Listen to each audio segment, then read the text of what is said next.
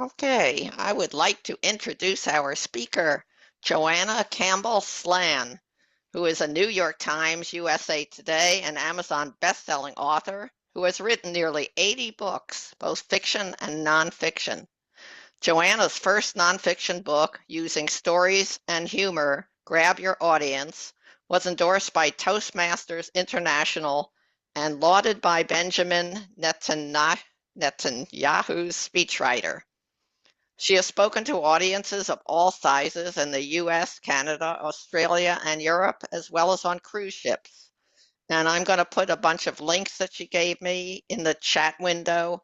Joanna also has two handouts that I'll try to put there as well. If not, we'll let you know how to obtain them, or they'll get sent out to members after. Please put your questions in the chat window. And you're in for a real treat because I know Joanna for many, many years, and she's a wonderful speaker. And I remember everything all the advice that she's given me through the years, for which I'm very grateful. Joanna, it is all yours.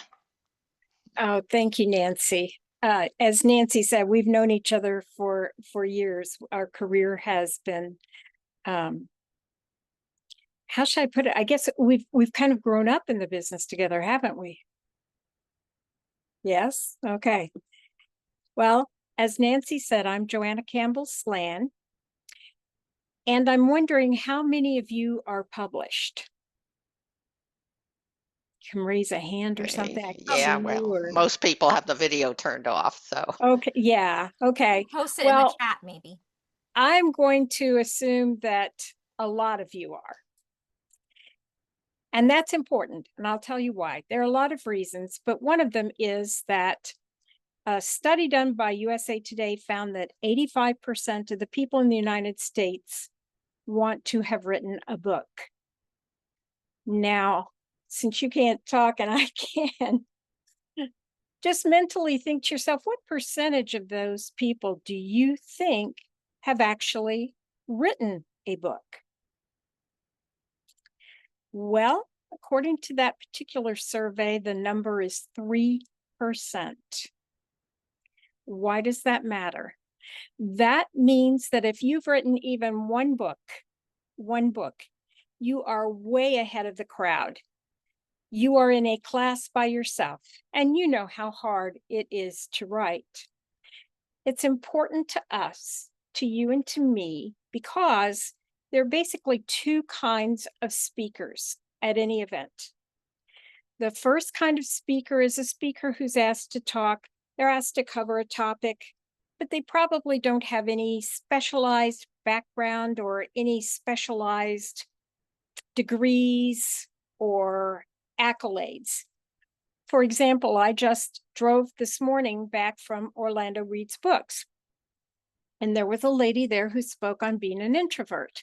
Well, they don't really give a lot of awards for introverts, and she also hasn't written a book on being an introvert. She did give a good presentation, but she's one kind of speaker. There's another kind of speaker, and that's a kind of speaker that we in the industry called a subject matter expert. By virtue of you having written a book, you automatically have become subject matter experts. And that's really important, because if somebody asks you to speak, it means that you come with some accolades and bona fides, and we know from the statistics that you are way ahead of the crowd, that there's probably not going to be very many, if any, people at all in that audience who have the same sort of credentials that you do. Before I was a motivational speaker, I wrote speeches. I wrote speeches for several organizations, but one of them was Mitsubishi, which was a joint venture between Mitsubishi Motors. I'm sorry, I wrote them for Diamond Star Motors, which was a joint venture between Mitsubishi and Chrysler Motors. And before I put together a speech, I would always call the person who invited the speaker. And I would say something like, Glenn's going to be there speaking to your group on blah, blah, blah date, and I'm calling to get some background information. What does your group need to hear from him? What are you hoping to achieve by having him? What are your goals for this presentation? What can you tell me about your group? And in this particular case, when I called, and it was a case that was really memorable to me, the man kept answering with one comment. I don't know. Why did you invite him to talk? What are you hoping to gain? I don't know. What are you expecting? I don't know. And after a few minutes of this, he and I were both getting disgusted with each other. And he said, "Hey, lady, it's like this. We're just so glad to have Glenn come and speak to our group that I don't care if he gets up in front of the room and drops his pants. We're going to love him." Now, I'm not recommending that you get up in front of a group and drop your pants, although that might make for a memorable presentation.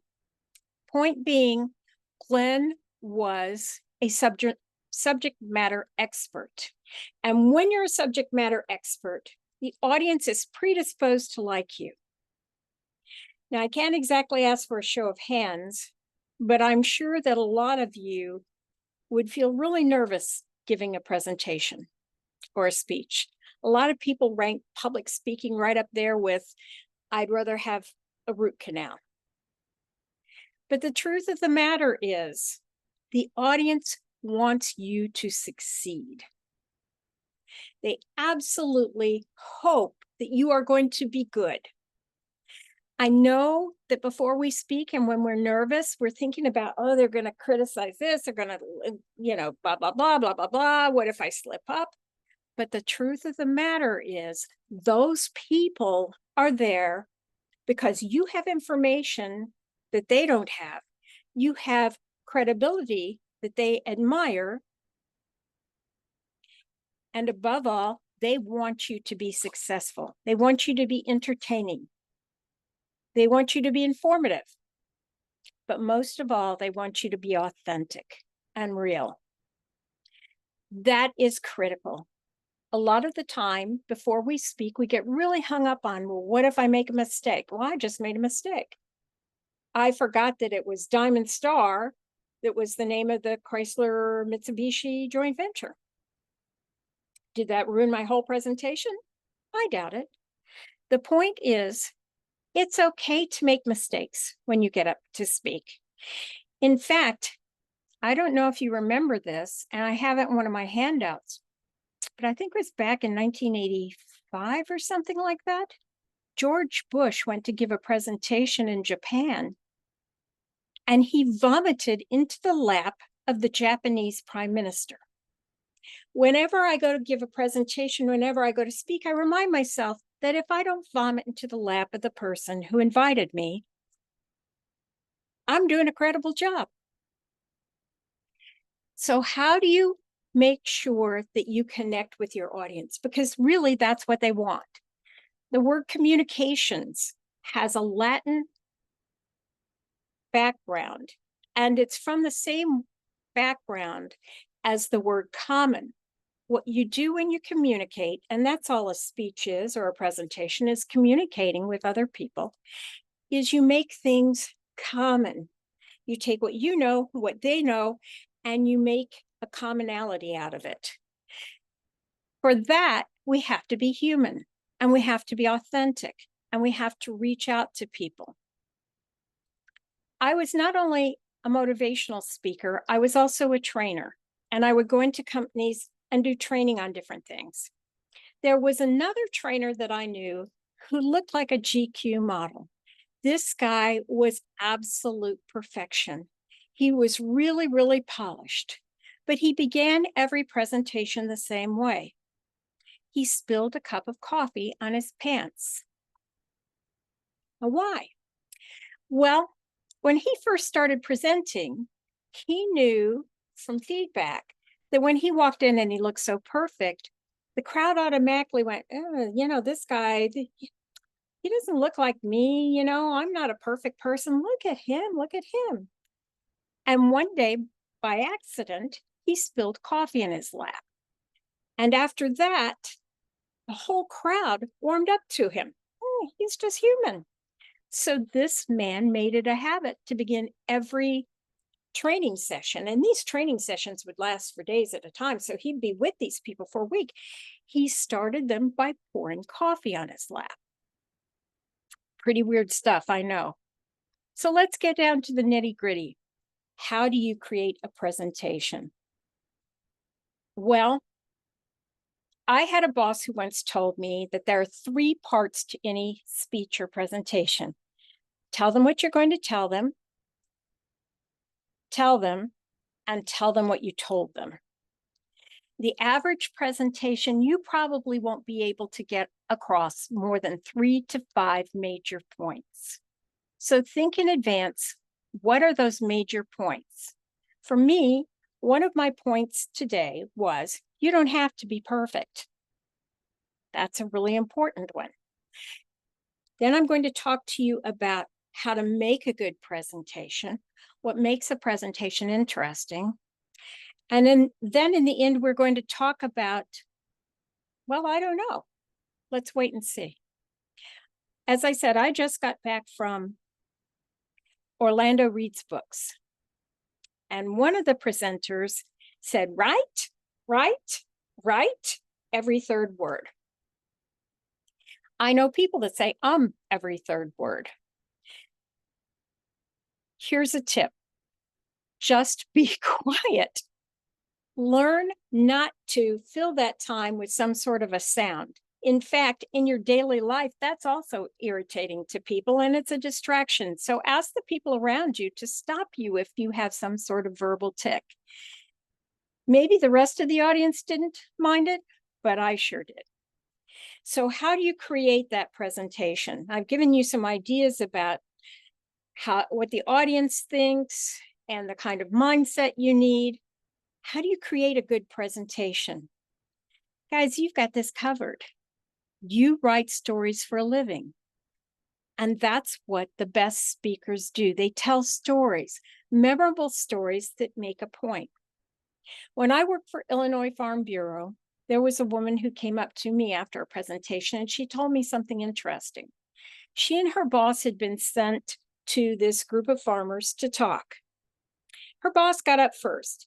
He went through statistic after statistic about how Illinois Farm Bureau was trying to help elderly people and families with elderly members to live better lives, given how difficult it can be to be a caregiver for someone who's older.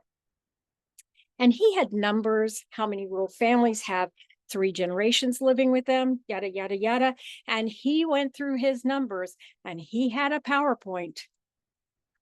And then he turned it over to her. And he sat down with kind of a smirk on his face because he thought, nah, I wowed them with the numbers. She got up and what she said was, when I was a senior in high school, my grandmother came to live with us. She and my mother didn't get along. My grandmother was very unhappy about having to give up her home. My father was caught in the middle.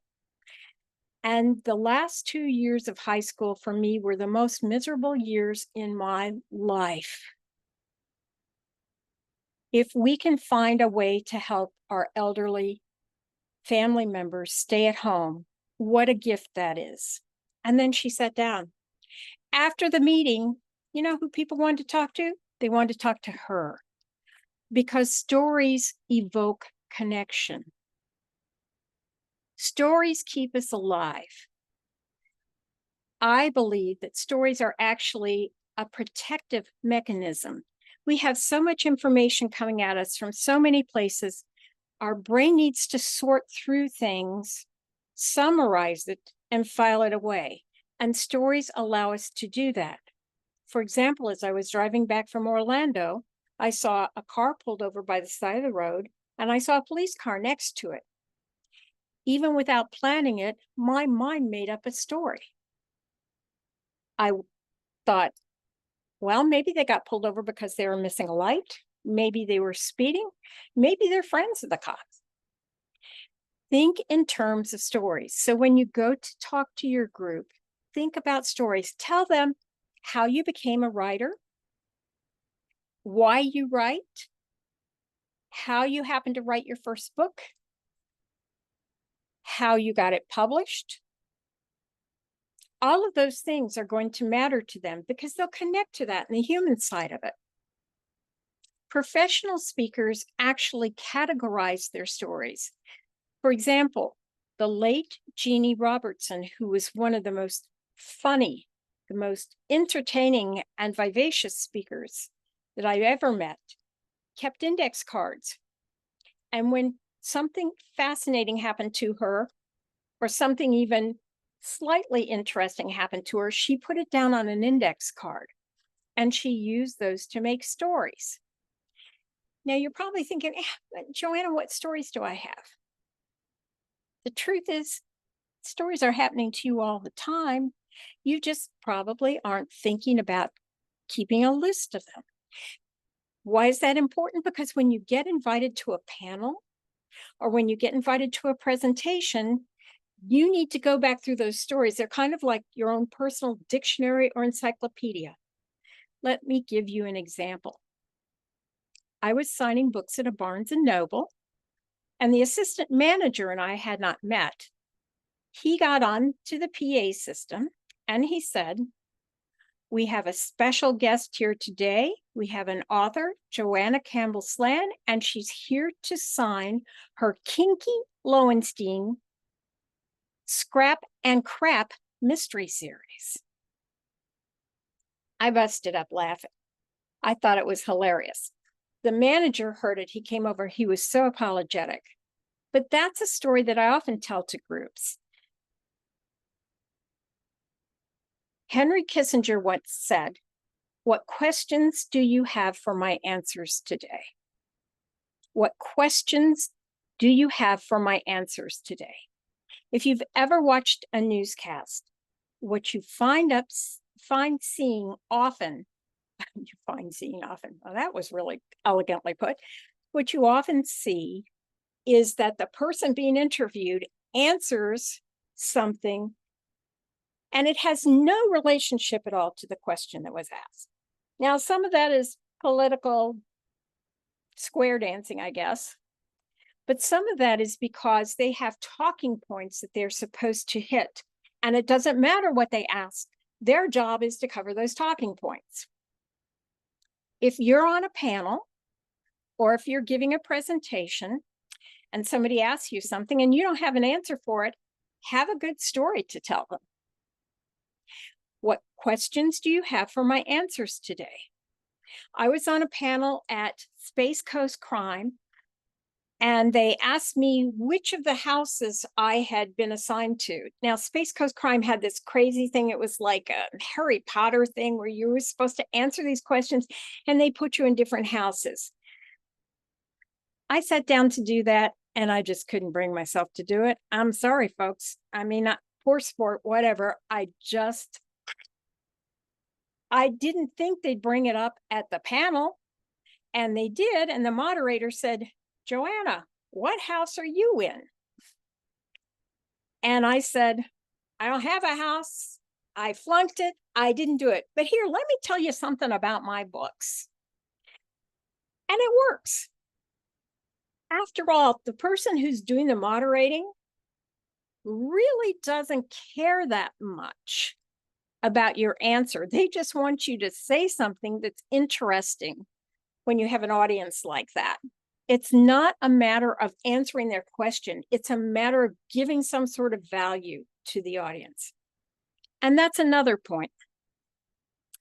There's a woman named Dottie Walters, the late, great Dottie Walters. And she used to take a moment and pray before she went to give presentations. She was one of the early female speakers, and so she was really a trailblazer.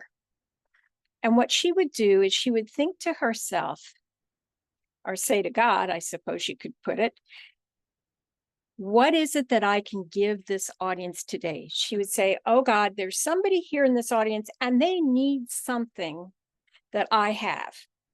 What can I give to them?" If you think about that when you go to make a presentation, you quit focusing on yourself. You focus on the people you're speaking to. What can I give you? When I was preparing this, Nancy and I had lunch earlier, And then I also had lunch with Kelly Z. Some of you may know her. And that was a great preparation because it reminded me what my author friends might need to hear or might want to hear from me as a presenter.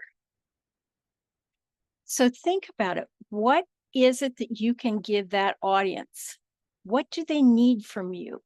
And remember, if you're part of that 3%, you're part of a very special group. Maybe there's somebody out there who doesn't have the courage to start his or her book. Maybe there's somebody out there whose series just got dumped. You never know. So if you're good at speaking, typically people will want to take home a souvenir, and let's hope that's a book. A great way to encourage people to buy your books is to weave the book into your presentation, like I just wove in the Kiki Lowenstein Scrap and Crap series, or to show the book. I don't know how many times, and I've done this myself, I've gotten up to do a presentation like at Malice where there's a panel, and I will forget to bring my book, and I'll have to scurry up to the room right before the presentation and get it. That's really useful. But if people like you, they're going to want to take a piece of you home, and that's how you use a presentation to sell books. So what you're launching is a charm offensive. And I say that because that's really more important than you think and you realize. I haven't really been following the news as well as I should, but I think that there's one person out there, one woman who's running for office. And there's some videos of her berating staff members. And this is deep sixing her whole campaign. When you go to make a presentation, you are on. You are on from the moment you arrive on site to the moment you toddle back to your room. When you speak to a group, calling out one person, like when I talk about Nancy and my friendship with Nancy, that's a compliment to the entire group. But you never ever fuss at anybody in the group, because just as talking about my friendship with Nancy is a compliment to you all, saying anything negative is just the opposite. So be very careful. When you go to make a presentation, you don't know who's in the restroom next to you. Watch what you say. So your mission, Mrs. Phelps, is to go and wow the crowd, to go to the presentation and wow the crowd. Now let's fill a toolbox for you. Woody Allen says that 80% of success is showing up. When you're giving a presentation, it's always a good idea to show up early. And if it's in person, it's a great idea to walk around the room and introduce yourself. Now, I'm an introvert, and I absolutely loathe doing this.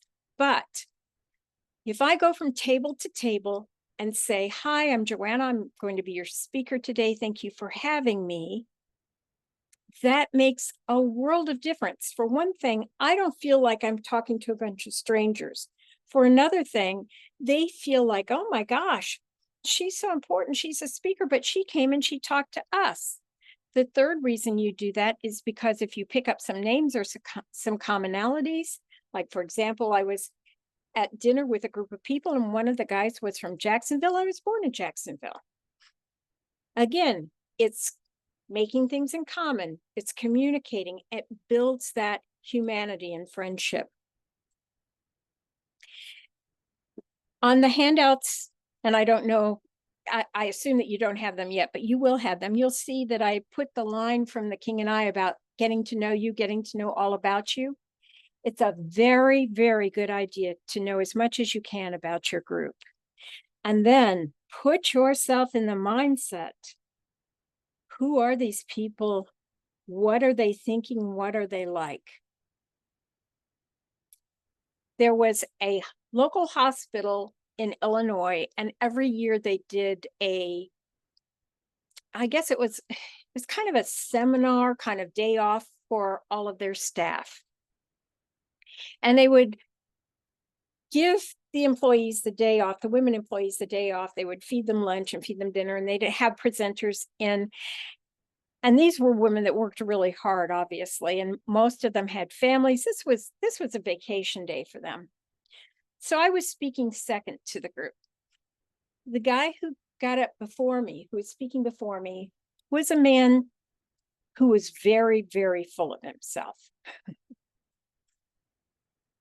His thing was how to succeed and how by setting small goals and having self-discipline and learning what you could do things.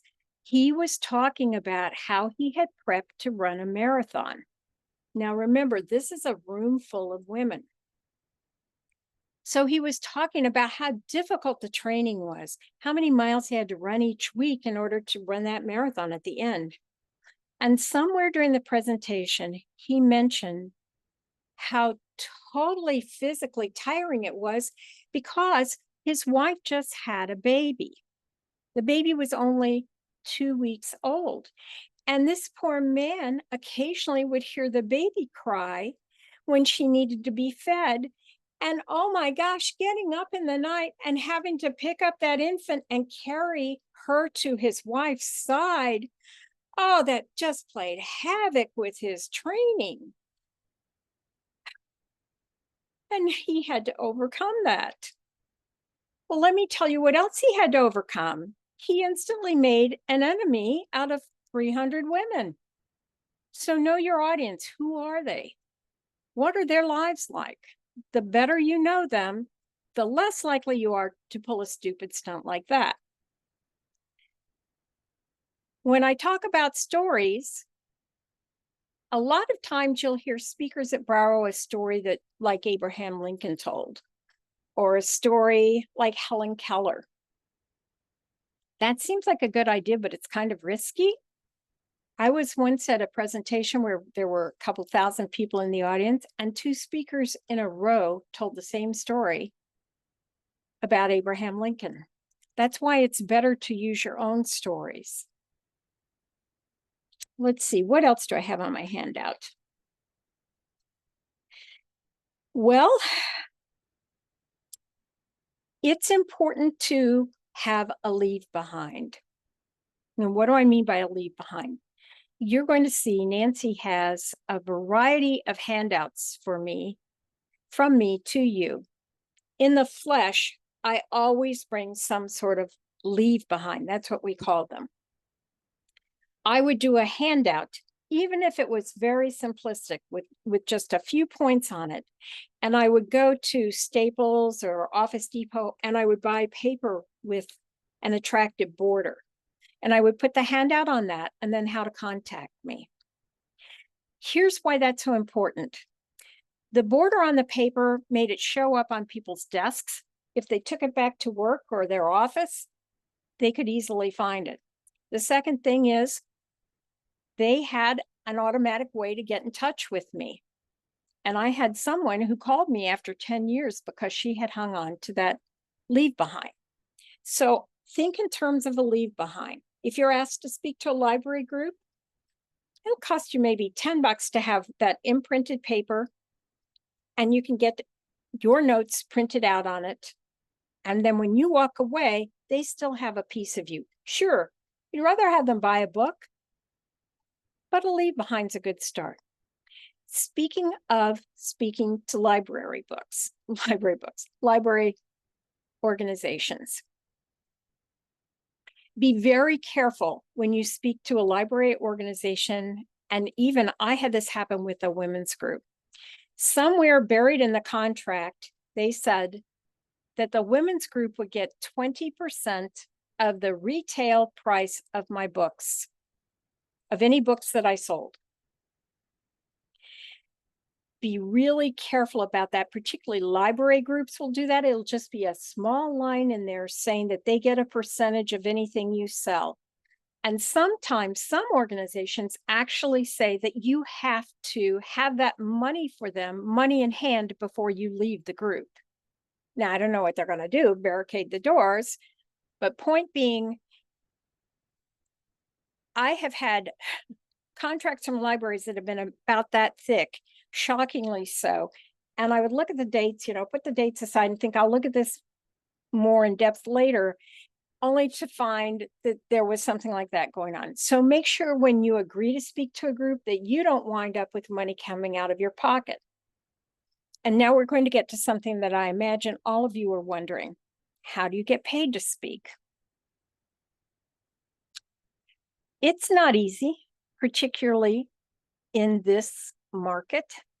The most important thing to remember is that your time is valuable. They're not paying you for the 30 minutes you speak. They are paying you for the experience that you bring to that presentation. So when somebody says, would you come talk to my library group? What do you do? Well, the best thing to say is, do you have an honorarium? If they say yes, what do you typically pay? Now, the reason you phrase it that way is you want to make sure that if they typically pay people $500, you don't sit there and wimp out, which is really easy to do, and say, oh, $100 would be nice. If they say we don't pay, ask them for something else that makes your time worthwhile. For example, there was a group I spoke to in Monroe, Indiana. They put my name on a huge lit, one of those rolling signboards, and put it out by the VFW for a week. That was great publicity. Do they have a newsletter? Could they feature you in the newsletter? Do they have an email list? And would they share that with you? Would they recommend you to another organization? And best of all, if it's a library group, would they at least buy your whole category of work for their library if they can't pay you? Please note that many organizations, they have a separate budget for supplies and a separate budget for transportation. So if they say, oh, well, we don't have any money for speakers, well, what do you have money for? Can you pay for my gas? Can you put me up in a hotel? The point is, you're in the business of telling stories. You're in the business of making magic happen on the page. You have every skill that you need to make that happen to an audience. Thanks for having me. I'll be happy to answer any of your questions. Okay, I have one. Yes. On the telling stories, that's probably the hardest part for me. You say you collect like everyday incidents and make it into a story. Can you just give another wild example of that? Oh, sure. Well, first of all, my husband always says that I remember big. I don't lie, but I'm not adverse to polishing the truth. Let's see. I had a women's group that asked me to come speak to them, and I had not read every page of it really carefully. And I told you all that that can be a real stumbling block. About a week before I went, I discovered that they wanted 20% of the retail price of any books I sold. And there were 300 women there. And I figured, if I was lucky, I'd sell 10 or 20 books. The dollar amount seemed to me at the time to be really significant. So I'm thinking to myself, what can I do? What can I give them? So I called and I said, what if I give you an auction item instead? And that's what I did. So that's an example of a story where I took a situation and how I dealt with it. It doesn't have to be polished, but it's those little stories. Mhm. I've had people, I've been on panels with people at Malice Domestic, and I remember this one panel we were sitting in, and it was newbie authors, and it was all our first time being on a panel, being at a conference like that. And the moderator said, one at a time, tell us about how you found out your book was going to be published. And we got to this one woman and she said, I forgot that I even sent it out, so it was just kind of nice. Yeah. Think about it, little moments like that. She could have said, I was so thrilled. I called everybody, or I went around to the neighbors, or I opened champagne, anything. So sometimes it's taking a small quotidian thing and kind of buffing it up for the crowd. Okay. Is that helpful? Yes, thank you. I'll have to work on Nancy, this some more. Uh-huh. Nancy, you know something else. I know you have grandkids. I remember when my son was in grade school and the teachers asked the kids what their parents did. And Michael said to the teacher, my mom writes books. And the teacher said, oh, wow, that's really cool. And Michael said, anybody can write a book. And he said that in part because he'd been around so many of my friends that were authors. So that's an example of a story that would tickle an audience. And I saw someone else had a question. Yeah, can you help us fill in the handout that you gave? So Oh, yes, I can read this off and maybe we I've got can, it. oh, okay. Build it and they will come, Field of Dreams. The blank is, if they like you, they will want to buy your books. One of the things that I've been doing, and I kind of learned this from Nancy, is I bring QR codes. I have a poster with QR codes on it, so people can right then buy a digital copy of my book if they want. If you are good, they'll want to take home a sample or a souvenir. Number 3 is, so what we're launching here is a charm offensive. Your goal is to charm them, to be delightful.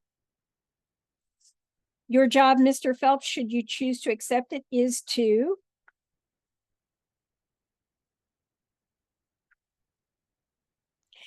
delight the audience.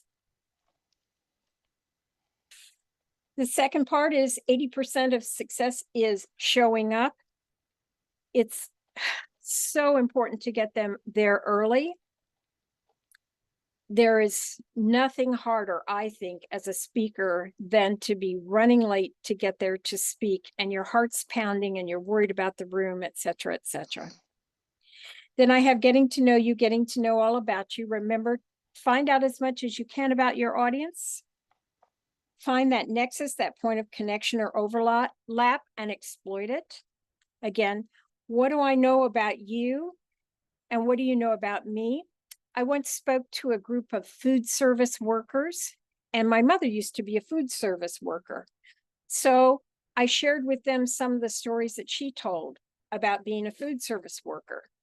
That's the advantage of us as authors, because most of us do at least some research. Try and research. You can even ask, could I have the names of five people in your organization that I could just call and just chat with for a minute? Let's get engaged. I skipped here's why the Chicken Soup for the Soul series was such a huge success. I wrote my first Chicken Soup for the Soul stories because I was a member of National Speakers Association. So was Jack Canfield and Mark Victor Hansen. They passed around this really crumbly mimeograph sheet saying, we're putting together a story or a book called Chicken Soup for the Soul. And we don't know whether it's going to be successful or not, but here's the thing. We know as a speaker that stories are your stock in trade. So we're inviting you to share your stories with us. And that's the whole basis when you think of it as Chicken Soup for the Soul. It's nothing but a collection of story after story after story. And you know how successful that has been. So that's just kind of my way of proving that stories rule the universe. Let's get engaged. Promise rings really do work. That's why you want to leave some sort of leave behind or something, because you want something tangible that people can hang on to after you've gone. And then end with a call to action.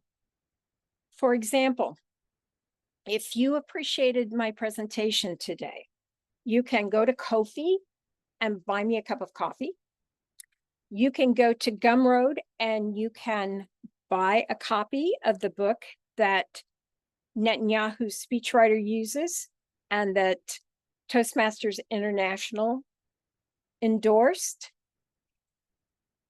You can, of course, buy any of my books, and you can also contact me, period. And Nancy will put that information up. So I think that's the handout. Is it? Did I fulfill that? Yes. Yay. Okay, Good. we covered all of that. Somebody wants to say here, is your advice for authors, for those giving a speech, or for people writing cozies?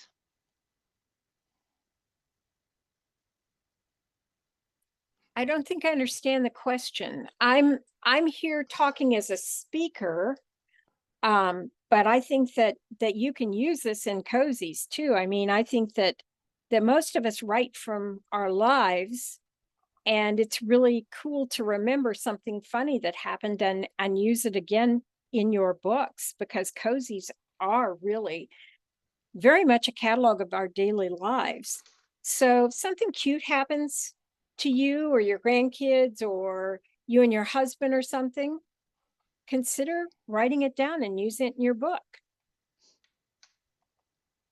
Yeah, and to be clear that these are all tips on public speaking as well. So when you go to give a talk to a group, utilize all of Joanna's advice.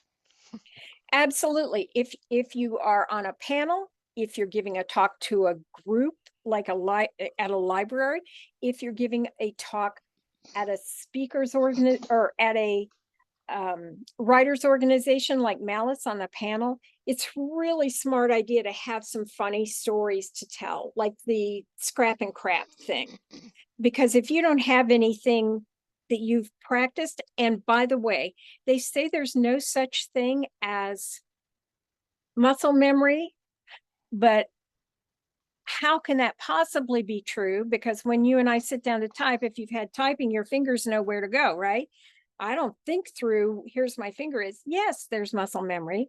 So for example, I practiced this presentation by speaking to Nancy.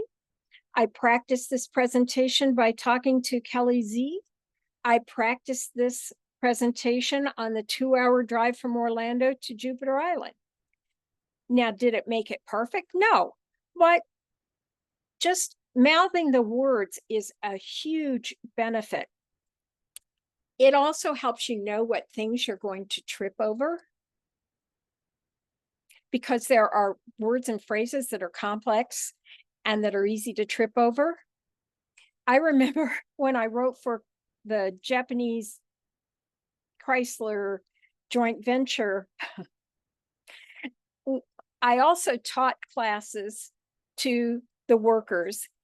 And one worker came up to me and he said, Joanna, as you say in America, bigger is better. I said, yes, that's true. Well, that is something we say. And he said, so if someone is a big asshole, is that better than a small asshole?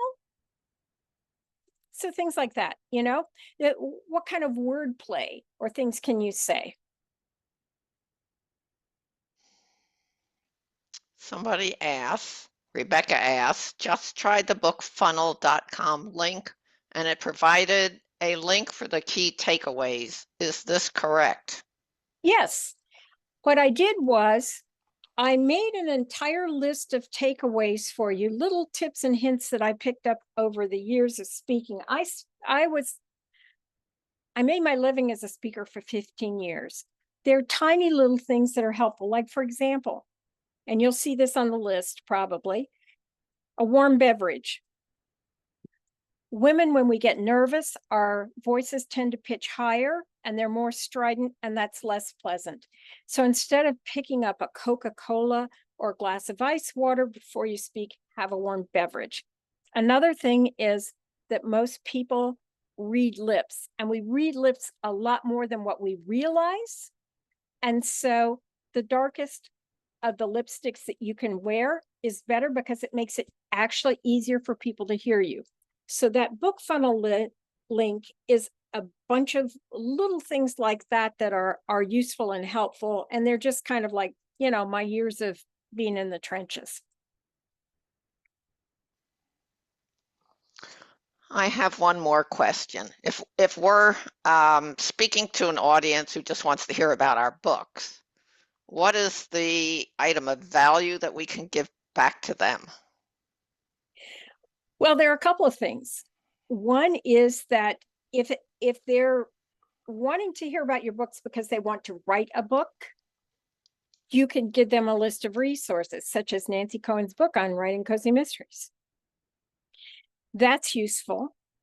If they want to know about your book specifically, most of us have written a particular book because there was something that triggered us to write that book. For example,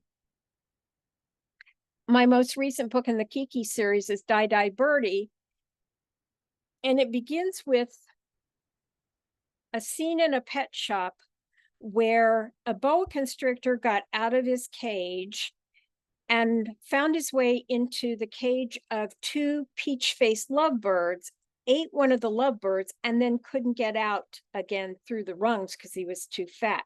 Now, that actually happened to me in real life when I was working at a pet shop. So if you guys were not other authors, if you were just people at a library and you said, how do you get your ideas for a book? I would say some of them come from real life, and I would tell that story. As you all know, if you've done this for very long, there's some pretty common questions that people ask. For example, people will ask, how long did it take you to write your book? Right? And I always say to them, it depends on the book. I have books that I was able to write in 2 months, and books, I have one series that took me 34 years to write the first book because I kept writing it and putting it aside and getting back to it. So the more you do this, and that's why the index cards or a spreadsheet or something is useful, the more you'll build that catalog of things that people will commonly ask, and those make great things for a handout.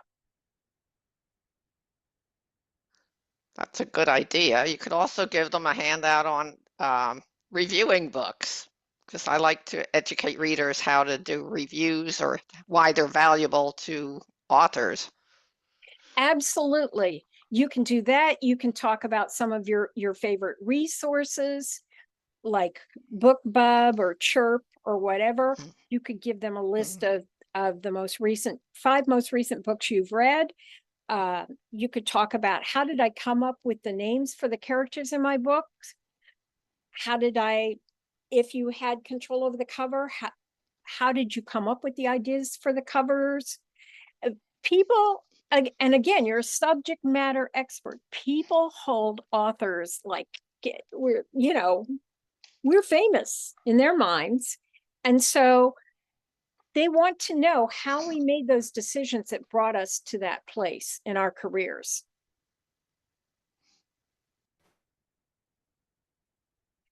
And none of you have anything else that you want to know.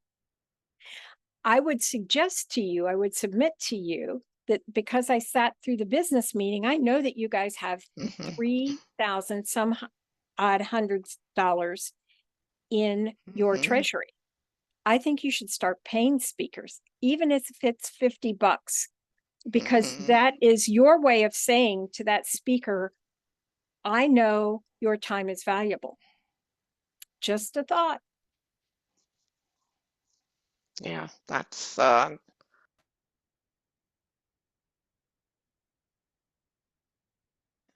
anybody have anything else that they would like to ask Joanna? We're getting some thank yous. You can call me, although I, like most of you, I prefer to be an introvert. It's better to text me or email me if something occurs to you later. I'm happy to help, although it may take me a while to get back to you.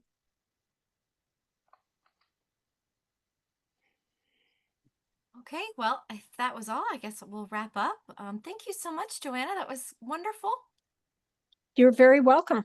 Thank you. Nancy, Thank you. what is our website one more time for anybody who might be visiting? I believe it's citruscrimewriters.wordpress.com. WordPress.com. So if you'd like to learn more about us, you can. We have another meeting next month. And again, Joanna, your websites are in our chat. Do you have like a main one I could say right now out loud for people Yes. to watch the recording? Linktree,